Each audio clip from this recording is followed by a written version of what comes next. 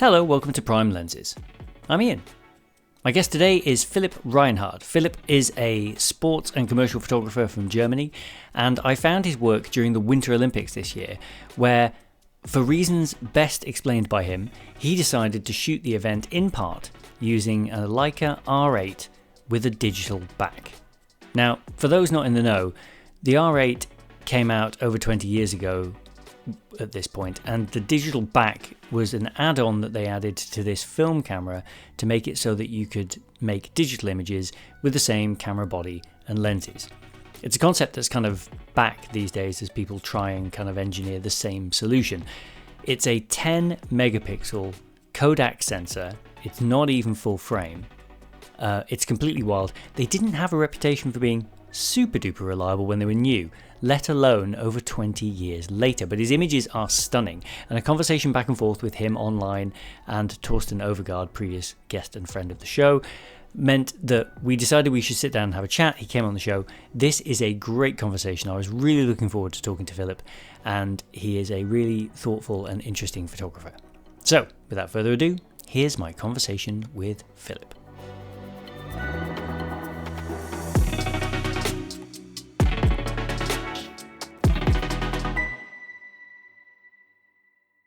I came across your work via the stuff actually that you were shooting at the Winter Olympics, which seems like an age ago now. I'm sure it does for you as well. You appeared to be photographing in a move that is complete madness, using an R9 and a Leica digital back, which was never the most reliable piece of hardware, it's fair to say, when it was new, let alone now. So I want to get to some of that sort of stuff. And I want to talk a bit about a lot of your work seems to be sports related and commercial, and you've got a definite look.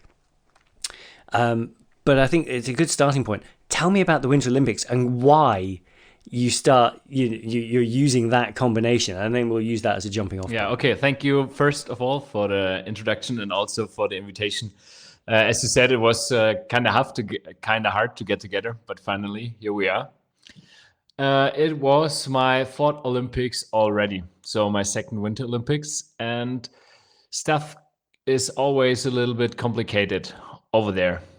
Usually you can visit lots of different venues and you see lots of different stuff, but this time in Italy it was different because the locations were too far away from each other. So everyone knew before that they will be, or I will be, at the same 3 or 4 venues for 24 days.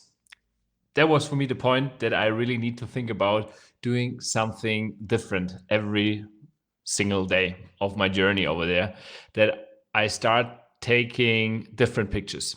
I think with the same gear, the same lenses, the same venues, more or less the same sports, you really do well just doing the same over and over and over again. And with different gear, you need to start thinking about to show stuff differently. So I was always a fan of analog photography, but I also knew that analog photography take a while to develop and scan, and I knew during the Olympics I won't be able to set up all the scans and get it done and bring it to social media and show it. I know it would take far too long. And then I was thinking about a little bit what could be a special gear for me beside the Leica M or Leica Q or the SL bodies. And I also brought an M6. But I realized that there's a hidden gem. And I phoned a couple of guys, and I tried to search the internet for the R8 and also R9 and the digital back. And I called also somebody at Leica, and he told me a little bit about it. And then there was the hidden gem, and I could get my hands on, and it was super hard to get this thing working. The batteries are so old. I had one that was renewed that would take for about 200 shots, I guess. And the other one was straight from the charger already blinking red. So one battery. Right. And I thought it would be maybe the hard part, but there was more, like the SD card. There's like a huge problem. The biggest SD cards the camera takes is about 2 GB. Where the hell do you get 2 GB SD card nowadays? Yep. So I Yep. so there was no problem with the battery anymore, because even with like the 2 GB card, you could only record about 100 pictures. So Right. I ran through a couple of different shopping malls trying to get like to some really cheap shops, just try to get like the cheapest hardware. And even the guys at Leica told me, just try to get the cheapest and smallest SD cards you can get, because speed doesn't matter, because the camera itself will be slower than the slowest SD card. So I went to a couple of shops. I tried to grab a couple of SD cards. I take them all with me to Italy. None of them worked. In Italy, I went on Amazon Italy, and they had somewhere some really old Hammer 2 GB SD cards. I ordered 10 of them Wow. just to have enough for the Yeah. future, even if I maybe keep the camera for myself. And these SD cards were finally working. So I had a working, even a workhorse, I would say, because the camera worked perfectly over the 3 weeks without, I think it crashed not even a single time. I think I did not even lost a single file. And it was very nice to get challenged by the camera, by the ISO and all the stuff, because it was from the early 2000s. It's so cool. Former guest of the show, Torsten Overgaard, talked about it when he was on, because Torsten's got, I think, a couple of the digital backs as well. I have an R8, like you, it sounds like. And I love that camera. It's beautiful to use. It's beautiful to handle. And the R lenses, the 100 Apo is staggering. I have been using that on my M a lot, on my M11, because it just makes everything look incredible. Like, it's really funny having this small camera system that historically I've loved for being a small camera, and then all I want to do at the moment is stick this massive, heavy piece of glass on the front of it.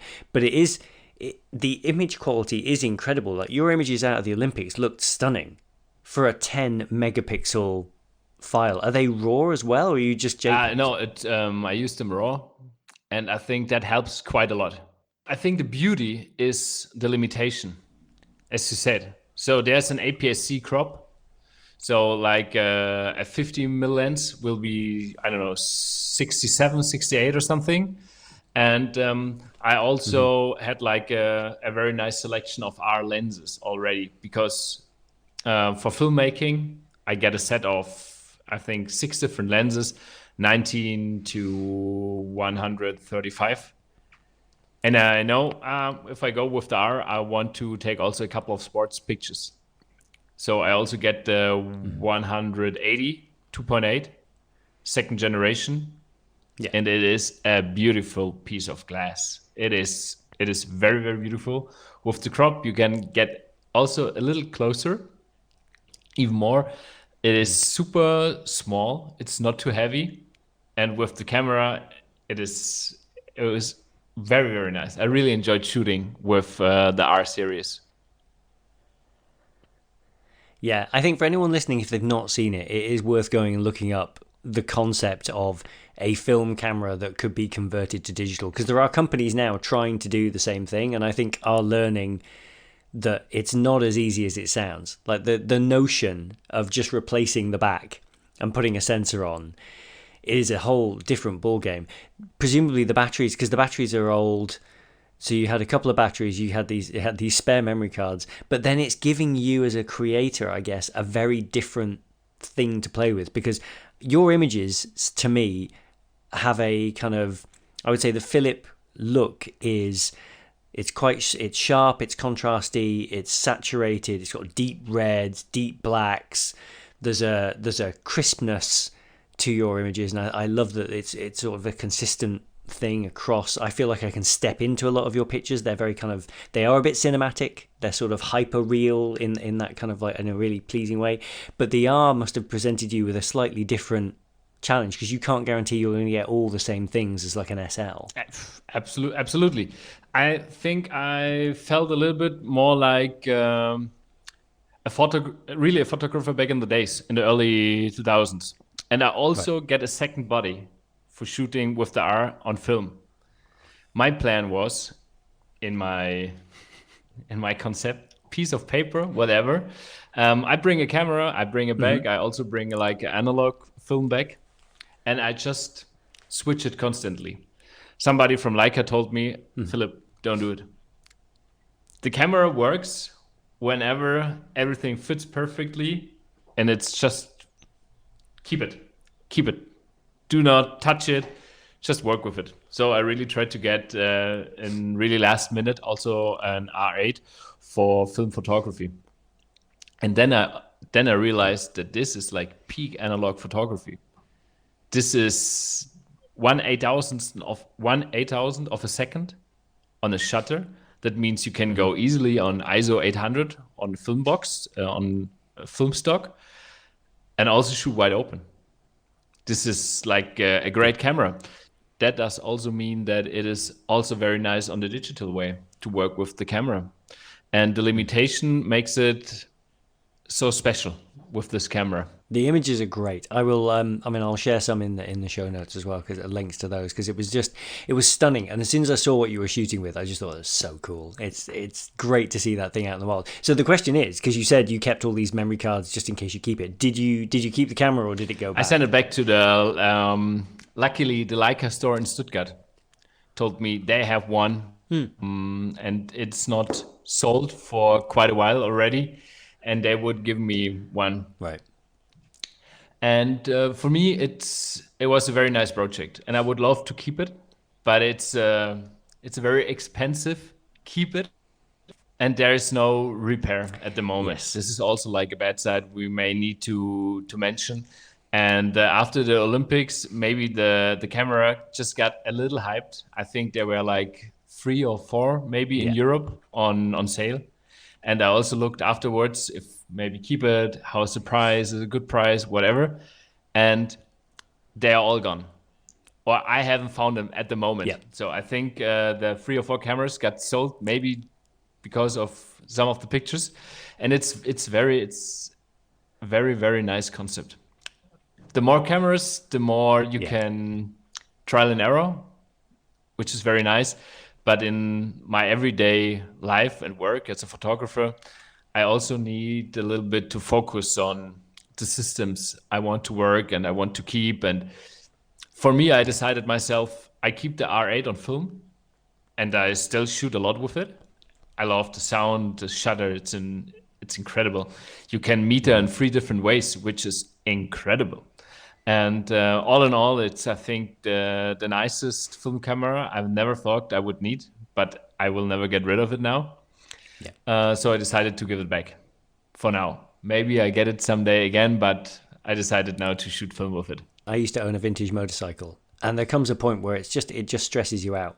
Like having this thing, yes, they don't make them like that anymore, and yes, it is a wonderful experience to use it when you're using it, but there's also, in the back of your mind, there's well, what if this breaks, or and then where do I get it repaired, and what if I'm stranded and I'm doing a job, and I think for people listening like me who are tourists in photography who enjoy it versus someone like you who's got a job to do, you've only got, Dua Lipa for an afternoon or the German football team. Like, you can't mess that up.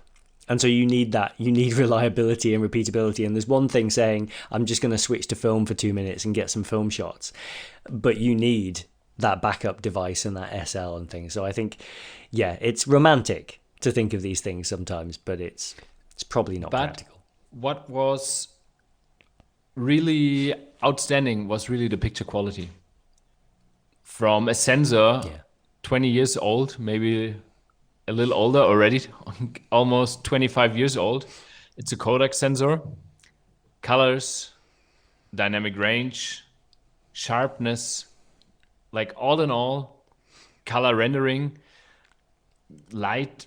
It was really, really, really outstanding. I really expected something okay-ish with nice colors. But I really got something, and I think if we would print it on a wall, I think people would not recognize that these pictures are made with sensor this old. Yeah, it's something I always say to friends when they're buying. You probably occupy the same space with your friends. If they're buying a camera, they say, "What?" You know, they come to you. And the thing I always remind people is that any camera they're about to buy is probably technically far superior than the one used to make any image they've ever really admired. If you've seen an image in a gallery, if you've seen old photographs, the things that inspire people to pick up a camera often were taken using older gear, they're older photographs. And so it's much more about the experience and wanting to use something, because a bit like you were saying about the limitation, that excited you, that got you said it yourself about you get the same images otherwise, whereas you're giving yourself a different tool. You're like, right, okay, what can I do with this? Absolutely. I've never heard somebody say that pictures from Muhammad Ali back in the 70s, 80s, 90s, oh, they're too grainy. Oh, can we have the black and white picture in color? I've never heard somebody talking at the exhibition about talking and discussions about this. So I think it's absolutely right what you're saying. So when you started wanting to take photos then, was it because I've noticed in your images there's a lot, the people seem like the stars a lot of the time in your photos, and you seem very interested in people. Was it an interest in people? Was it an interest in the kind of the method, I guess, of image making? What was it that brought you to photography? I started taking pictures when I was, I think, 14 years old. So already more than 20 years ago. I picked up a camera we had in school something like renewable energy extra classes. And the class took place in the old photo lab. So I maybe rented the camera for quite a while now, an old Revue ML, and I just took it home with me. So the lab was not in use anymore. I grabbed a couple of Agfa APX 100 films. I put the film in the camera. I just started playing with it. These days, developing was €2. Scans was, I think, €1. And getting all the prints was €1.50 or something. So for less than €5, you could get like a film with the whole experience. My love of photography started back then. And I realized really early that I was never interested in animals, urban landscapes, nature. I was always interested, and this is still, I think, my drive and my motivation today, about people. When I met somebody, I'm always, and it doesn't matter if he's a sportsman, a celebrity, or somebody else, it doesn't really matter. I'm just really interested in the person and in the story, and what is it like to do what you're doing. If you're a painter, how's it like to paint? How do you think out of the box? How do you try to create new colors, just for example? So I really try to get always very deep in details. I'm very interested people. I'm probably too interested in a lot of things, but this is something what kept me going. So whenever I'm with a sportsman, sports girl, I'm probably more interested in the story beside sports, or what runs you next to sports. Is it coffee? And like all the stuff that going on in your head beside the next game. What is in between the games? What helps you to get away from the sports? And for me, that was some kind of progress. And honestly, I never thought that I could make a living out of photography. Photography was for me for 12, 13, 14 years, just the nicest thing besides skateboarding. I always grabbed the film camera with me. I always took a couple of Kodak Gold images when we were on the road taking some skate movies. I always was the skate movie guy. So I always thought that I would step into cinematography, making movies, cutting them, maybe some advertising. But I never thought that I could be a self-employee in taking pictures. And maybe this was the small secret, because I really never talk with some people deeply about my photography. I always got inspired by skateboarding guys like Greg Hunt, Artusari, um, French Fred, people I love for their way of life, like skateboarding and really going hard on skateboarding and partying and enjoying it, but also like creating something in culture, taking great pictures, but without looking left or right, just going their own path. Because in skateboarding, you tried always to do something different, something which was not state of the art. You're trying always to be a couple of steps ahead. There was a filter too much. There was a crop too much. There was just things that were over it at the moment, but a couple years later, like the style and some things appeared in the mainstream. And this is something I really loved about skateboarding and the culture of skateboarding. And I got so early in touch with different music because of skateboarding music. Like, I think I listened the first time to Pink Floyd when I was 15 or maybe 16. And I wanted to love it. It was too early for me, but I really wanted, because like my skateboarding heroes loved the music. So I knew there must be something in it. I just need to listen over and over and over again. And there will be the day that I enjoy Pink Floyd. Today I do. And I think this was the same with photography, that I looked left and right for skateboarding, but not for the photography. I try always to create my own style, my own signature, taking only pictures of stuff I loved. Not 100, maybe I'm good with 2. Like always the peaky and sneaky way in skateboarding. I try to bring always a little bit in my photography. And I think over the years it just developed and developed. And then I was 23 years old. Somebody wrote me an email if I could get a mood board for 2 different jobs.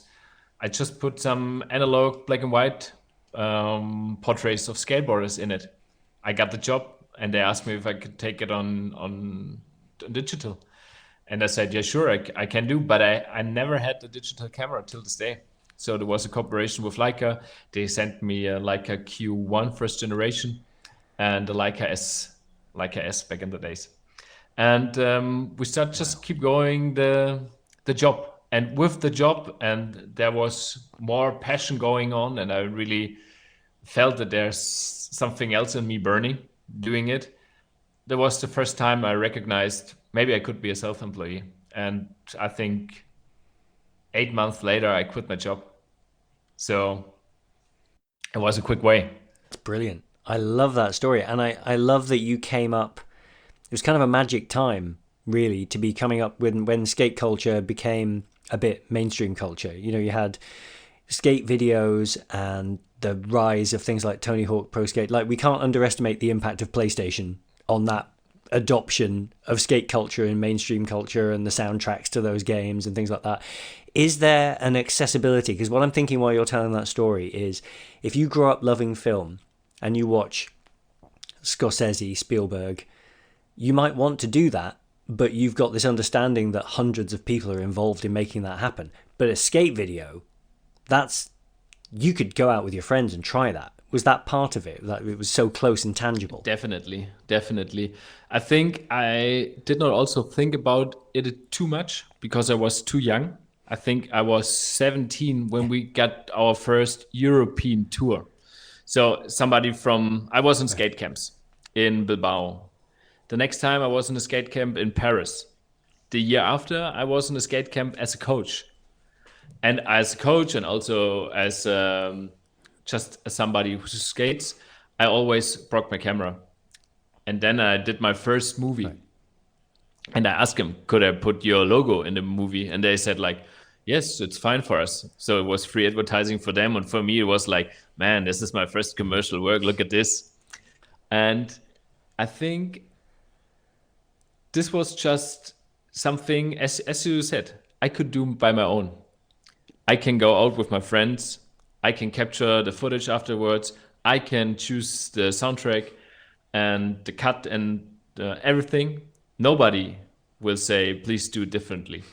And I think this was for sure a big motivation. And I also worked as a skateboarding filmer in my early 20s for like a year because I wanted to study, and it did not work in the first time and also not in the second time. And so I was 12 months a skateboard filmer. I did some cooperations with skate brands, and it sounds a little sketchy now, but it wasn't. So it was really a plan, and we produced a skate movie and stuff, and it was like more or less the same day with structure. Wake up early, capture the movie, you capture the stuff from last night, doing some mails, getting some small edits, went out with the guys from one in the midday to, I don't know, midnight for like 1 year. And we were always different people, and we got to know so many different skateboarders. They came to Stuttgart just to take some action, to get some photos, to get some movies, to get some footage. And as you said, this was definitely a motivation to keep that going, because you could do it as a one-man army. No, that's really cool. And do you carry that kind of spirit through now into your work when you're making it now? Because now that you're saying this, I can see in some of your images the way that you let the viewer see some of the background and some of the lights and some of the equipment, and the way that you photograph, like, especially I'm thinking of the footballing photos, especially sometimes you let us see a bit more of the thing. Is that kind of that slightly pirate skateboard spirit coming through into your work now? Maybe, but I also think that there is a beauty in not gatekeeping like the bad things and stuff. Like, always people think, oh my God, you're taking pictures of, you just said, Dua Lipa, Adrian Brody, Gabriel Macht, Tony Kroos, whatever. But there's also like bad days. There's also like a hustle. Days along. Business is always not easy. There's always like hard things. Being on the road for the European Championship the last time was 44 days without being at your family, without being home. Wow. Every night at a hotel and stuff. I think this is also, part of my story, that I want to be very open to everybody and not saying I live the fullest life and everything is great. I'm just like a fan, to be very open, to be honest, to say everything. And maybe it's a little bit of this skateboarding culture, which is still in the pictures, but also just to say, when they're taking an interview for television, it may look bright at the TV, but it was super sketchy around. They need also to fix a couple of things last minute. And the football players, they don't wear shoes anymore. They just barefoot or whatever, and maybe they ripped the knee or something off. They just have some blood, whatever. They got injured a little bit. So I want to showcase a little bit also this. And I think that's one of the things I like about your images, actually, is that when they need to be, they're polished and refined, if it's, a car or a product or whatever.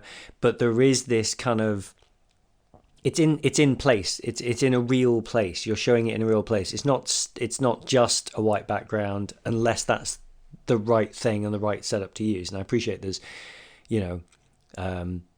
with a commercial shoot, there are things you are being asked to do, right? The images have to be usable and have to do a certain thing, but still there is I think in great photographers, there's an essence, like there's an element, there's a Philip-ness to it, or there's that photographer brings a bit of themselves, I guess. Whose work do you admire that has that kind of the essence of the person in? I think one guy who inspired me for quite a long, and I'm not probably the first one who said it, is Thomas Höpker, the guy who took a lot of pictures of Muhammad Ali. I think when you look at his pictures nowadays, they don't look old. They look very timeless. And I think this is something I always try also to work on, doing something which is timeless. editing pictures these days feel like after 3 years the pictures look a little bit old, just because like the trend of colors, teal and orange and whatever, and texture, like a lot of grain, no grain, lots of contrasty, and I always try to get a little bit rid of this stuff, because when you look at Thomas pictures or the pictures of Peter Lindbergh or Walter Ayers Jr., which is like a stunning sports and commercial photographer from the USA, the pictures, they never look old. They took pictures of, or Walter Isaac Jr., of Michael Jordan in the early 90s. The colors and everything, they don't look old. Maybe the layout in the photo book looks a little bit outdated, but the pictures are just stunning from colors and everything. Yeah. So I always try to keep that a little bit in mind. And Thomas is somebody from, I think, his style of working, from the different topics he worked on, that there's so much inspiration and stuff in it, could last forever, really. This guy he did some really great work. Yeah, he did. And I think it's one of those things where these days we are bombarded by images so constantly. Everywhere we look, you can't, if you just pick up your phone, you and I, part of our life is using things like social media for our work, like promoting work and things like that. And so inevitably, you're then exposed to lots and lots of imagery. But it's a recent guest, Lucas, talked about this, the difference between image quality and a quality image. And I think we see a lot of high resolution pictures go past our eyeballs every day, but it's not all high quality stuff. And I wonder whether, when I talk to people who think about the longevity of their work, like you clearly do you try and kind of limit your exposure to too much noise so that you can still find the signal? I would love if I could control that a little bit better, but I'm not too good at it, I need to say. Right. But I think a lot about the longevity of pictures and also my archive and stuff.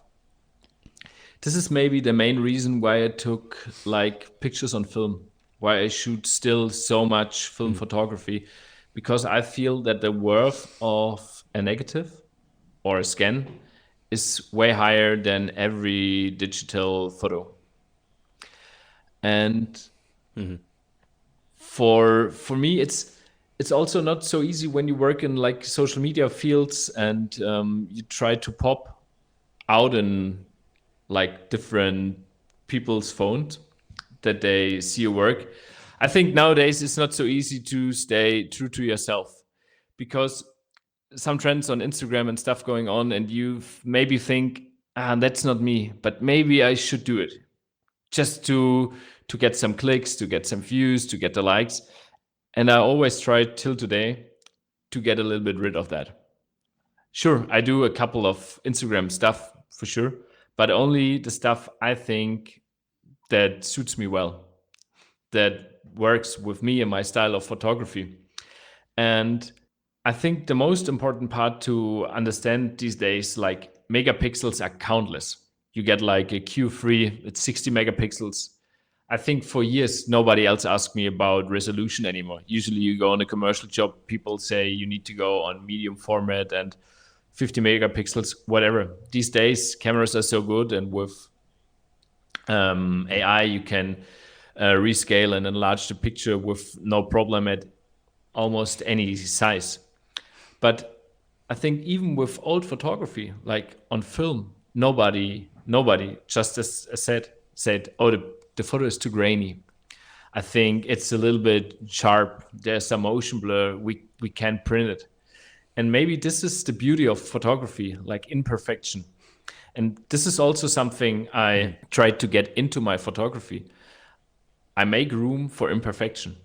If there's somebody walking into my frame, I'm not the guy who yells at somebody and says, "What are you doing? You are my frame." And this is like everyday life between sports photographers, that somebody yelling at somebody, that there are 100 photographers and somebody just went in somebody's frame. Right.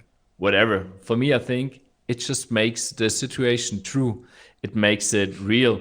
It gives the viewer some kind of the emotion and the struggle we had to take the picture at the Olympics, whatever, that there are like 100 photographers. So I love to be like away from everything. I don't need to be the first one at the spot to get like the perfect straight image without nobody in the picture.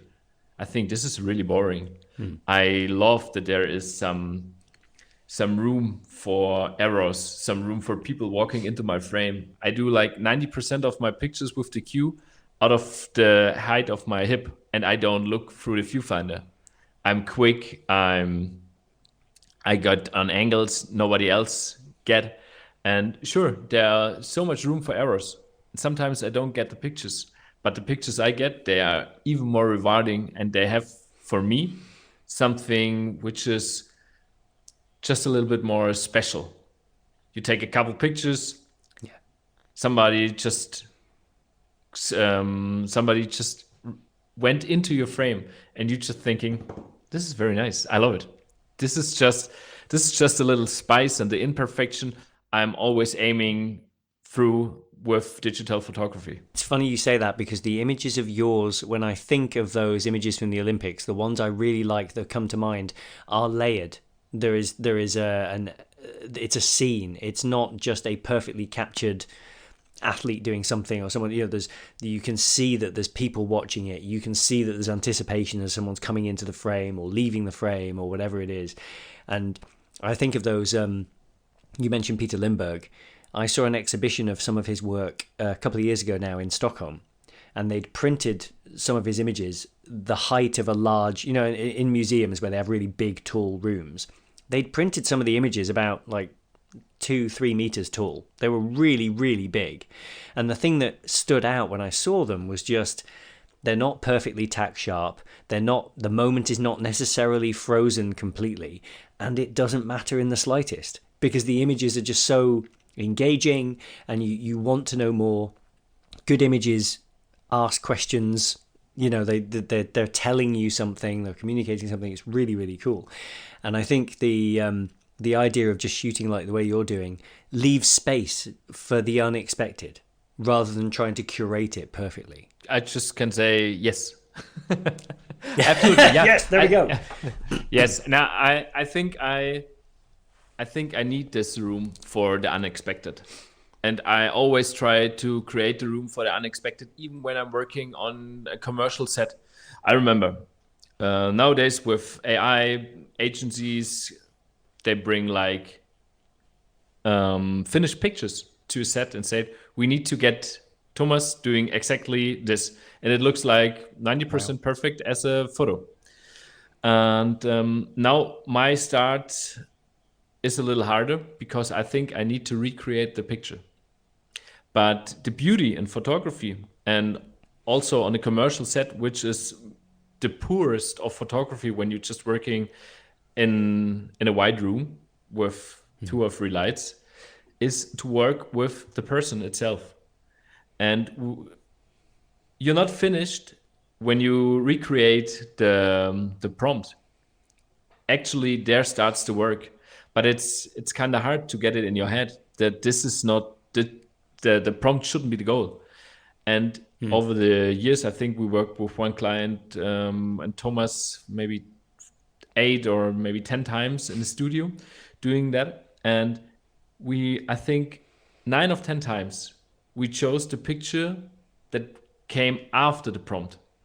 So we start working with the product and with this pose, and then we got it, and the client said, we're good to go, and we have a couple of minutes left, and then the nice stuff starts. So I can try to bring my own vision and the stuff I could create with Thomas, because there was a good connection, and the beauty of photography, the beauty of process. And now we have room for the unexpected. Now we have room to try something else, and we just keep it a little bit longer going. And then if there's a certain trust on the other side of the camera, you just create something which could be more special. None of the guys at the agency talked about this pose or this little blink in his eyes, whatever. But it's about the little things you've been working on because there's nothing else in the studio. And this is really for me the beauty of photography, making room for the unexpected. It's nice because it goes back to people, and it's about those building those relationships. And you've obviously worked with a lot of the same teams. Like there's a lot of the same sorts of brands and companies and sports teams and things like that.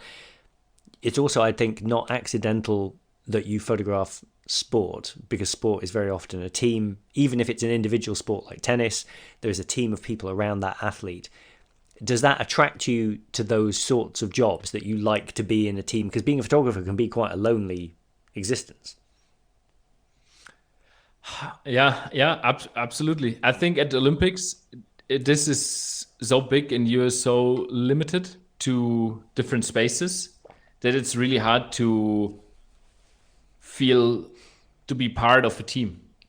I try to keep the work around the Olympics with some photo shoots outside of sports venues a little bit going to get to know some of the athletes, which helps because they recognize you at the venue sometimes. But it also helps afterwards to jump quickly into their car with the gold medal just to ask for a couple more special pictures. And they know, okay, he's doing good stuff. So sometimes you feel a little bit more than as a team member. But for me, I'm also like somebody who loves to be in a conversation, loves to be seen. I always try to be invisible, but in some moments I just love to be seen by the athlete and be trusted. And I think trust is the most important part. And this is maybe why I love sports as a team photographer, but not as a press photographer. And I know a lot of guys who said, I would love to be in the team, but there are hard things they may don't know. And I also love I also know a couple of press photographers who say, I couldn't be with the team. I just want to have more room. I want to have some free time. I want to go out every evening on lunch with different people, enjoying like the World Cup differently. And for me, it's like I'm with the team 40 days, 50 days, whatever, with the same people. But I just love to grow as a team, to achieve something as a group. To a victory feels for me more as a victory, and losing tournaments over also feels very sad to me. So I'm very, very into like the team. I feel like really somebody who is important for my work, and I'm part of the team. So this is also like important for the team. People ask for the pictures. I know I'm not related to the sports and the success itself, but I'm just part of the machine. So this is why losing feels very sad and winning very, very nice. But for me, I guess I couldn't be on the side of a press photographer because this is just something which is not, I just love people too much. I need to see a little bit behind the scene with them. Yeah, you know what you reminded me of is like people who work on things with contractors, because you come in, there can be comfort in that. You've got a very specific remit. You come in, you execute the thing you've been asked to execute, and then you go, cool, thanks, see you later. But some of us, I would put myself in the same camp as you. I'm invested. I'm invested in the other people. I'm invested in the outcome. If they win, we all win. If they lose, we all lost. And I think that's, it probably is why your work, because photography, when it's singing a lot, is about people and about connection with other human beings, because you're invested, I suspect it's better because of it. And it certainly feels more satisfying to you. Would you ever make books of like behind the scenes and things like that, of like working through things with the team? I'm guessing a lot of what you're doing, there's a commercial aspect where they need things for socials, they need things for stuff. But can you ever see yourself creating a body of some of the broader work that's maybe happened around the things that we've seen? I think like 2 years ago with the European Championship, we had 3 exhibitions going on in Germany, more or less over 6 months, but 3 different. exhibitions. Two about only about photography in terms of football, and one of them was more like, Philip, what's your work in total? And this is a big question. So going back in 10 years of photography and trying to curate something together and select different pictures for 1 or 2 rooms is very, very interesting. I think this is maybe a little harder than doing a book, because in a book you can choose more images, but I love to print pictures. I think every 2 years I do like a small magazine for friends, clients, and myself. It's not for sale, but this is something very important for me, just to get these things on paper, seeing the pictures, but also having the process of creating something which lasts a little longer than a digital file. And with my basketball club, I think we did 2 books and 2 magazines in the past 10 years. With the Olympics, we are right now at the 4th book, and we published the first 3, which is whenever you get to some new place and you met new people and you just can hand them something of your work. I think this is stuff words can't describe. When people say, hey, I looked at the book and I can really feel like stuff you mentioned about my photography. Some people haven't said to me for quite a long, and you just nailed it. It's very incredible how you can see pictures and how you worked or how you took the time with my work. Really stunning. Just by the way, for me, doing books is something very, very special. Also, we did something with the DFB, with the football about the European Championship. It was also only an internal book, because sometimes there's too much of a struggle to publish it in total. But there are a couple of concepts of books by my own. They maybe take place in the future. We maybe need to get a couple more pictures, and I think there could be something with mixing like all the different sports together. I think you can find so nice pictures of football and tennis, for example, just pictures that work great together. They get better together, and find these pairs of photos in a book. This could be something I'm looking forward to do so. Oh, I think everyone listening is looking forward to seeing it as well. I think that would be tremendous, because I think it's one of the common theories of the show, right? Is that the capability people have to make things and participate in things, I think, is across the board. I think sometimes we separate things like traditional creative pursuits from things like sport or things like engineering.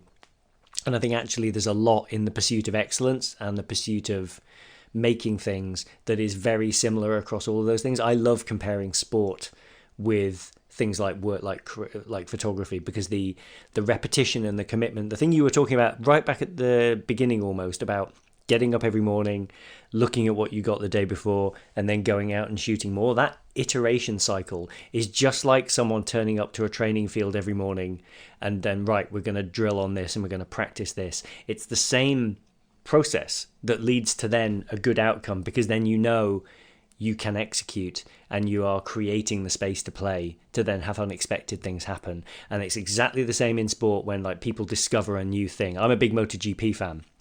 Sachsenring is in a few weeks' time, in fact. But it's when one rider starts dangling their leg off the bike to shift the weight back, and then suddenly everyone's doing it. It's because that person, Valentino Rossi, has put the time in and discovered something. He's gotten good enough at the core. He's like, right, now I'm going to experiment. And it's the same with a lot of things. So, no, I love that. And that book sounds like that would be incredible. What a wonderful piece of work to put together. One thing I would love to ask you about as we kind of like come to the end, because you combine still images with film as well. And that's very natural, I think, coming from the background you came from and like an interest in skate and things like that. Do you kind of enjoy or maybe value one over the other? Because I think of them as very different mediums, but maybe they're not. For me, film photography is way more rewarding. Way more rewarding. So I just have a newborn here. And for me, it was very important to bring the M6 and some analog film stock. So I shot a couple of I think I put an HP5 Plus black and white film in it on a 35 mil Sumilux on the M6, and I think this will be maybe the most special pictures I've ever did. And I choose black and white for a reason. And Yeah. I also took a couple of pictures with the Q3 for sure. And there's could be conversion in color, could be conversion in black and white. So there are no limitations. It's the same we just talked. And I think that analog photography is for the process of photography and learning and practice so important to think more about the pictures and not working later on at the raw file, setting up a new crop, resharpening stuff, whatever. A raw file is very versatile. You can do everything with it. As a scan is not. If it's way too dark, it's way too bright, it's gone. You can't crop this much.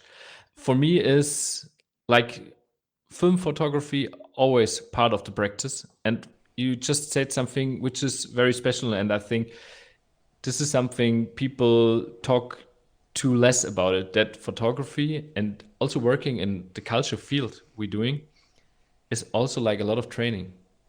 Like, I think not everyone knows that like all the big painters painted like the pictures 100 times just to get it better and better and better and better. Like all the very famous pictures painters we know, there are a couple of them because they need to rework it. And for me, like being with the basketball club I'm in for like already 10 years, it's not that I just love it, but it's also like practice and practice and practice. Just being in the situations and just working and working and working and seeing things, and also like developing my style of photography. I think this is something people don't talk about, but it's so important just to use the camera as much as possible if you have the fun of it and you can enjoy it. For me, it's a lot of enjoyment. But I think the practice in photography, this is something which is very similar to sports. I'm really glad you said that because it's one of my pet theories, but I just made it up in my head. So I'm very glad to have it be reassured that yes, there is a connection for sure. So what's coming up next for Philipp then? Are you taking a bit of a break from work, or do you have some big projects lined up? Yeah, I did a little break now because of the newborn. But later on, I will fly to the World Cup to join the German team again. So it kind of hurts already a little bit to be here, but I also really enjoy it, and I would not take the decision differently. Tomorrow, I go to a tennis tournament in Germany. The grass season just started. And afterwards, for me, I'm coming to Liverpool. Oh, wow. So there's something we're doing with golfing and Mercedes-Benz. And then it's again football, and the basketball season is about to start, and a couple of commercial jobs. I can't talk now about it. It's coming up, so I think it will be an interesting year already.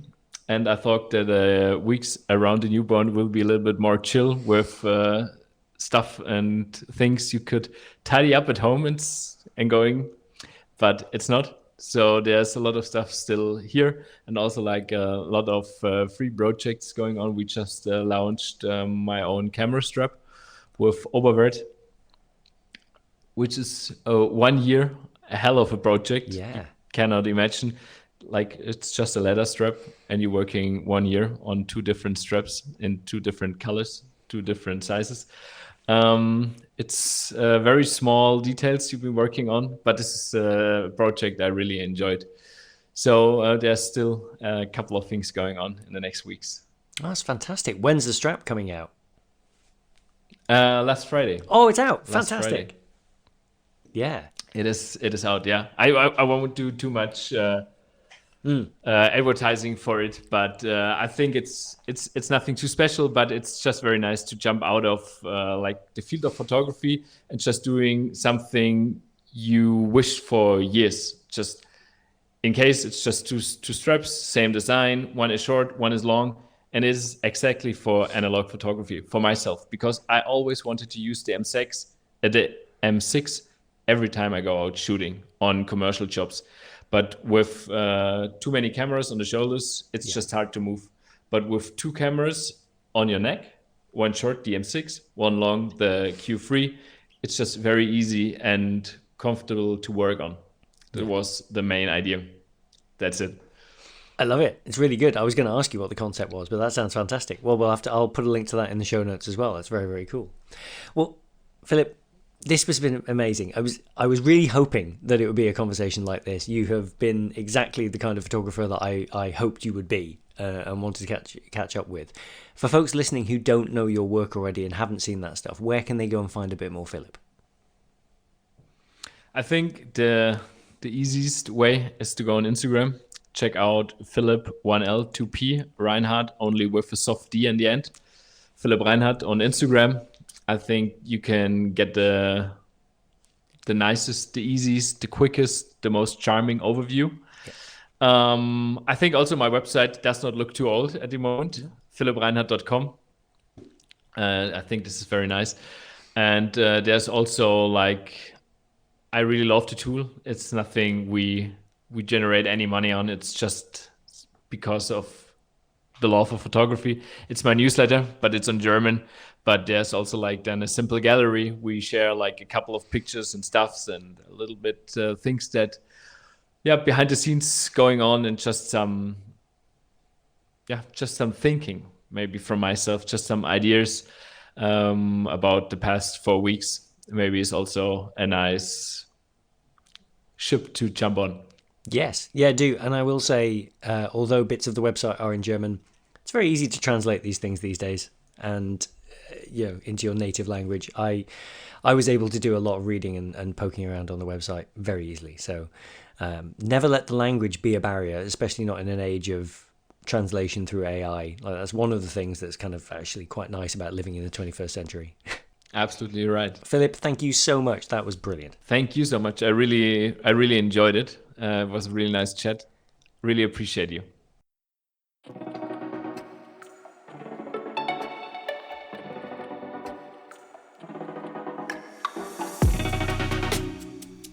Once again, a really big thank you to Philipp for being on the show.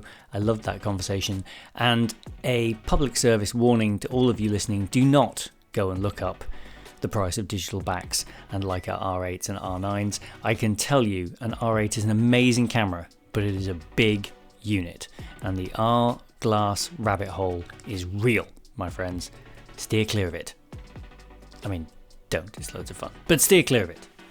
If you enjoyed that and you're new, don't forget that you can like and subscribe to the show wherever you get your podcasts. So that's Apple Podcasts, Spotify, YouTube Music, Amazon Music, all the usual podcasty places.